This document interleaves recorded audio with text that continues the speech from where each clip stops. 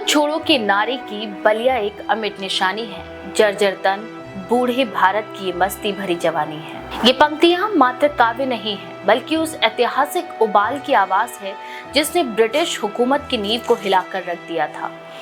बलिया की धरती से निकले जन कवि जगदीश सुंदर ओझा उस युग के वे अद्वितीय शब्द वीर थे जिन्होंने स्याही से संग्राम लड़ा और पंक्तियों को क्रांति की पुकार बना दिया।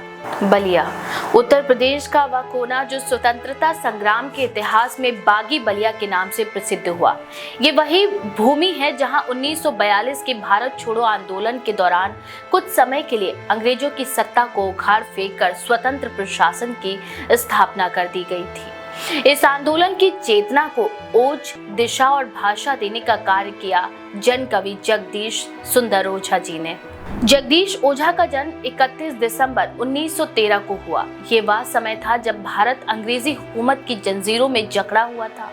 ओझा का बचपन और शिक्षा ब्रिटिश शासन के प्रभाव में हुई, लेकिन यही प्रभाव उनके भीतर विरोध की भावना पैदा करने लगा। शिक्षा प्रणाली में अंग्रेजी मानसिकता की जबरन घुसपैठ, भारतीय संस्कृति और स्वतंत्रता को दबाने के प्रयास, इन सभी बातों ने एक नव युवक के भीतर आग भर दी।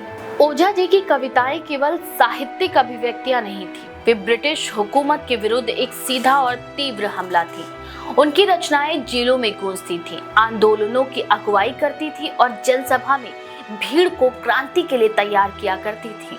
उनकी प्रसिद्ध कविता भारत छोड़ो की कुछ पंक्तियां आज भी रोंगटे खड़े कर देती हैं। बोझ गुलामी का ढोने को पल भर भी तैयार नहीं, पर के घर में पर के शासन का कोई अधिकार नहीं।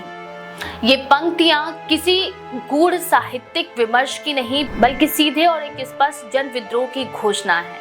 जन कवि जगदीश ओझा की खासियत ये थी कि वे एक साथ दो भाषाओं में लेखन करते थे, हिंदी और भोजपुरी। जहां हिंदी में उन्होंने राष्ट्रीय चेतना को स्वर दिया, वहीं भोजपुरी में उन्होंने जन जन से सीधा संवाद स्थापित किया।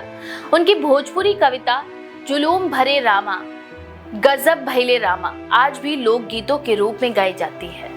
उनकी रचना रहनदार बेटी, सामाजिक चेतना और स्त्री अस्मिता की एक अभूतपूर्व प्रस्तुति है। ये कवि का ये पक्ष है जो केवल क्रांतिकारी नहीं, संवेदनशील सामाजिक विचारक भी है। सन 1942 के भारत छोड़ो आंदोलन के दौरान बलिया देश की पहली जगह बनी, जिसमें कुछ समय के लिए अंग्रेजी हुकूमत को बाहर कर स्वशासन स्थापित किया गया। इस क्रांति की लहर में जगदीश ओझा की कविताएं हथियार की तरह काम करती थी। शहीद पार्क, जेल परिसर, तहसील प्रांगण, हर जगह उनके स्वर गूंजते थे। उनकी कविताएं न केवल सेनानियों को प्रेरणा देती थी, बल्कि जनता को जागरूक और संगठित भी करती थी। बलिया का विद्रोह अकेला नहीं था, वह विचार और चेतना का परिणाम था जिसे कलम ने जन्म दिया।